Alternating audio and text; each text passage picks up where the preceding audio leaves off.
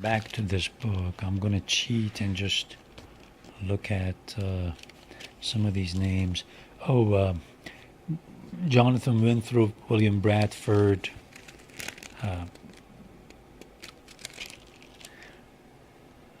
Anne Bradstreet, and all these guys really didn't Cotton Mather didn't catch my attention the first time I went through these. It was only a few years later that I kind of got them back on my radar. Uh, but Roger Williams was definitely one of the ones that caught my attention because there was a quote from him, and that just kind of really stuck with me. Um, Proselytizing stinks in the nostrils of God. And he's fascinating. He's one that really needs to be studied. Another person that was for unestablishment of established religions back then in the colonies, and decent human being.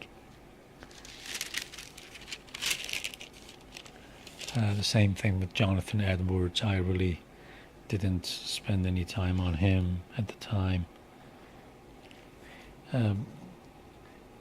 The letters from American format, that only comes in my radar later on when I read Democracy in America, and I'm sure in some of the other videos I've made a couple of comments about it. I'll just leave it for that right now.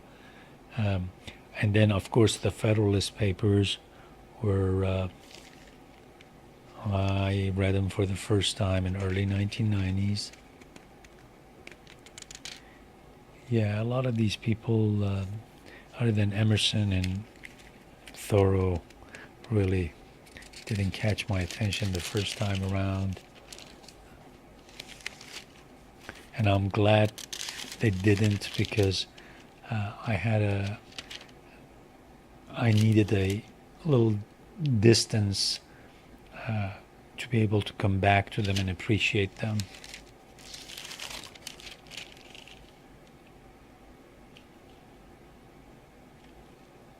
Yeah, I love Thoreau and Emerson.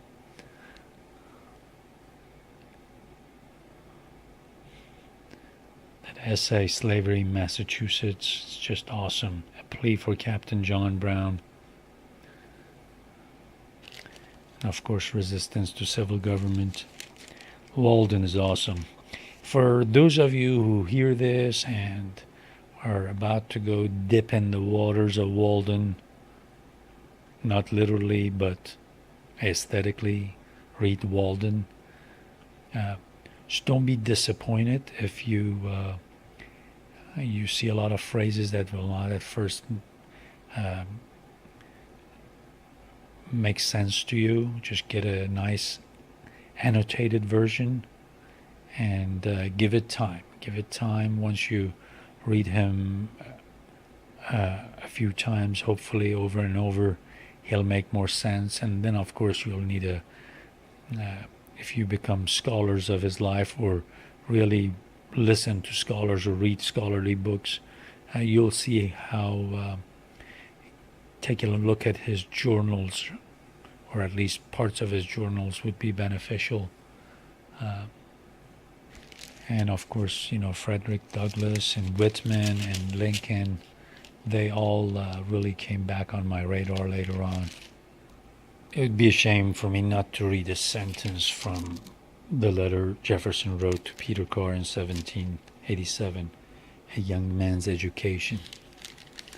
And here, when it comes to religion, he says, your own reason is the only oracle given you by heaven, and you're answerable not for rightness, but uprightness of the decision. And there's a beautiful sentence here, traveling, this makes men wiser but less happy.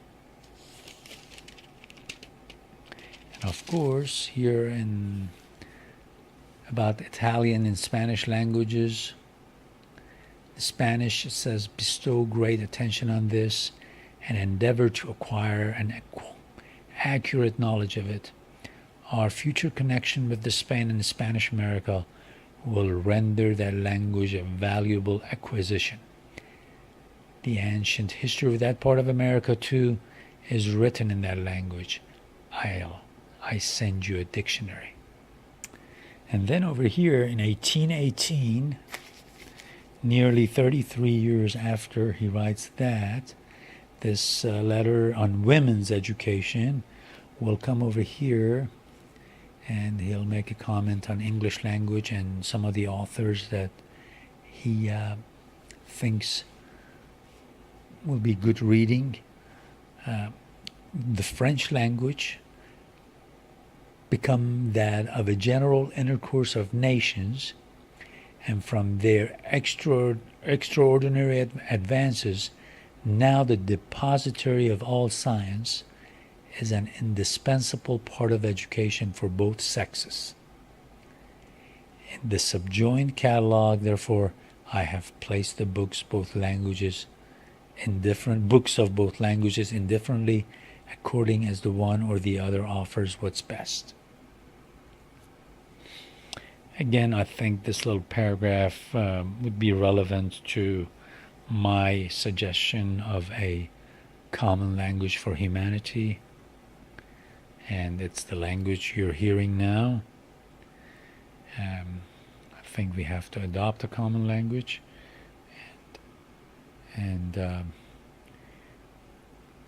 use it as a language for the family of humanity. Not be prideful, because we want a language that we can communicate with each other, with one another, across borders and boundaries that one day we're going to hopefully look at as something silly. Right now they are needed, but they are not sufficient for our prosperity and peace and progress.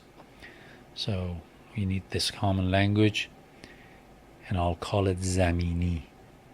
Zamin is Kore Zamin is planet Earth, and we'll call this language Zamini. So if you ever hear me say it, this is how it's written.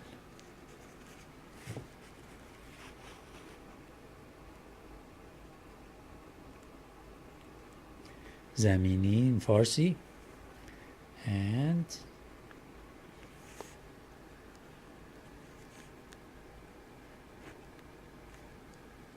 you would think for something this important my pen would work.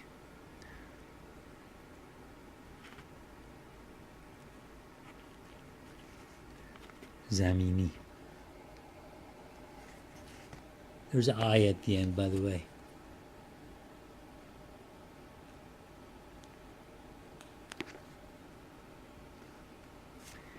I'm not gonna give up on this.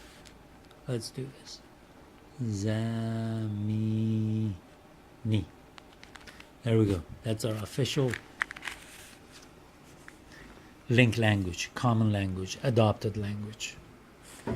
And that's the language you're hearing now. So may Creator and Sustainer of the universe give us vision to go forward with adopting a common language and teach our children to learn a second and third language. And I've talked about these elsewhere, so we'll just go back to it later on.